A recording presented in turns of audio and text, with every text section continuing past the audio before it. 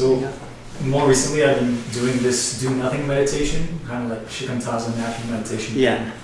And I noticed that it's very habitual for me to like grasp and make things problems. Yeah. And it's pretty painful when it happens. It's like the mind gets frantic. There's all this like ruminating and just making things into bigger issues than what's like really happening right now. Like if I just deconstruct it in the moment and see it's just a thought, it's fine. But if not, then it's just. So I wonder if there's some sort of way to loosen that, to maybe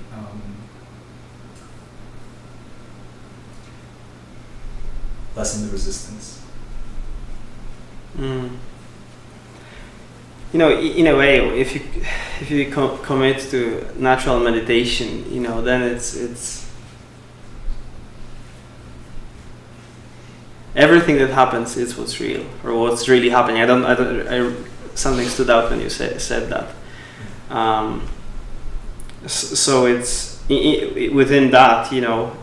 Of course, there might be just naturally movement of like recognizing, like, oh, I'm kind of thinking, and then, you know, it falls away. But it's not about like, in this particular style of meditation, it's not about like directionality. There is, of course, some things you can do just to like sort of invite at first, like you know, like let's say clean the room before you know do something there, right? Like it's sort of, you know, it's okay to just do a few deeper breaths and kind of like just settle down in a way. But yeah, in this particular style of meditation, it's kind of like more of recognizing that any push and pull, any manipulation on the experience is actually adding more fuel to the whole mechanism of resistance and kind of like steering things up rather than letting things just clarify by themselves. So you know, often the image used with Shikantaza is the, you know, the glass full of mud, right? That if it's totally rattled, like every move you will do, it'll just stir them up more, right? Like it's there's no movement you can do to try to kind of let it settle. In a way, just putting it, leaving it be, letting it settle. But again, you know, that's like a you know, that's just the particular style of meditation. But it's true that generally speaking, you know, for some body mind types or for at certain times or certain stages, you know, it can be challenging.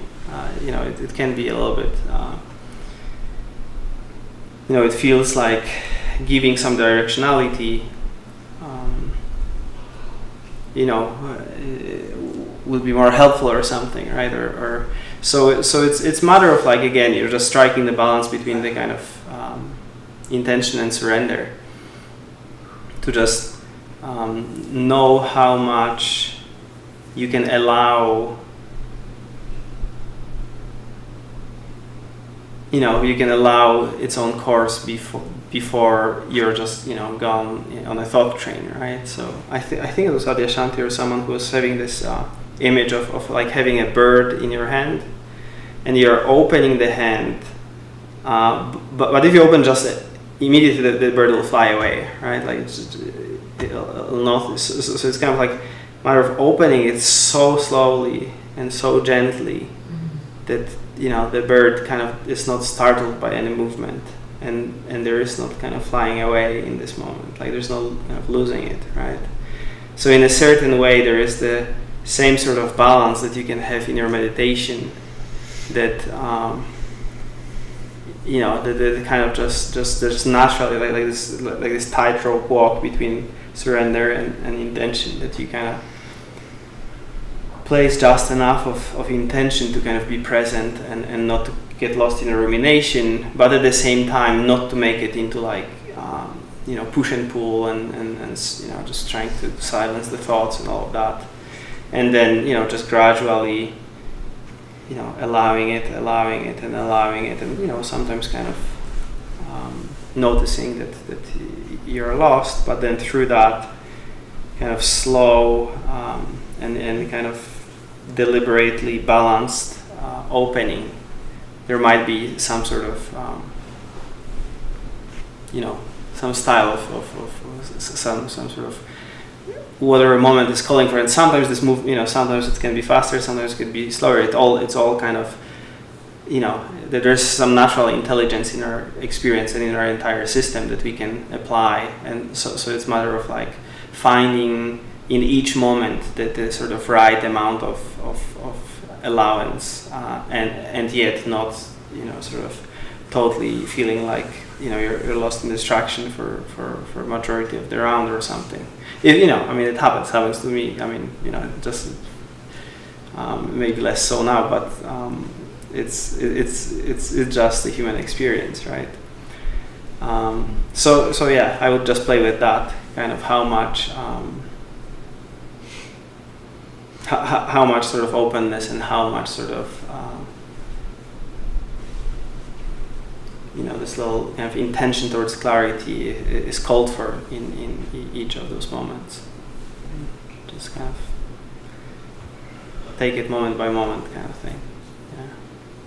I kind of have a little urge to ask, how will I know if I get it right? But I think at the same time, yeah, I think my experience is probably going to be like the best teacher as I experiment more and more. Yeah. This is what I do and that's what I do. It's not really something I can get from hearing you talk about it, and yeah, yeah, no, definitely. I don't know what's your experience, right? Like, you don't know what's my experience. We can share it, but it's definitely something that is, and it is a skill that is so useful and important generally. There's so many people, myself included, for many years, that just kind of like wanting to get the technique right, that just everything else becomes not important, and it's just like, okay, I need to just nail it, and then somehow it'll be okay. And yet in the process, it's like almost like not learning from the experience itself, because you're just trying to impose something on it, and that's it, rather than like just kind of making it kind of alive and making it your own in a way. So something that's kind of intuitively feels right to kind of tune into. It's kind of very important skill to kind of try to kind of engage in the process. Yeah. That resonates, because one of the earlier sittings I was having a lot of mind struggling with itself, and I remember on the board the other day, I think it might have been this morning too, it said truly what is lacking in this moment, and then I just noticed like this really prominent, it stood out to me. My mom was busy with this one moment, and suddenly it was very, and then that was probably one of the best meditations I had this retreat. Yeah. Best.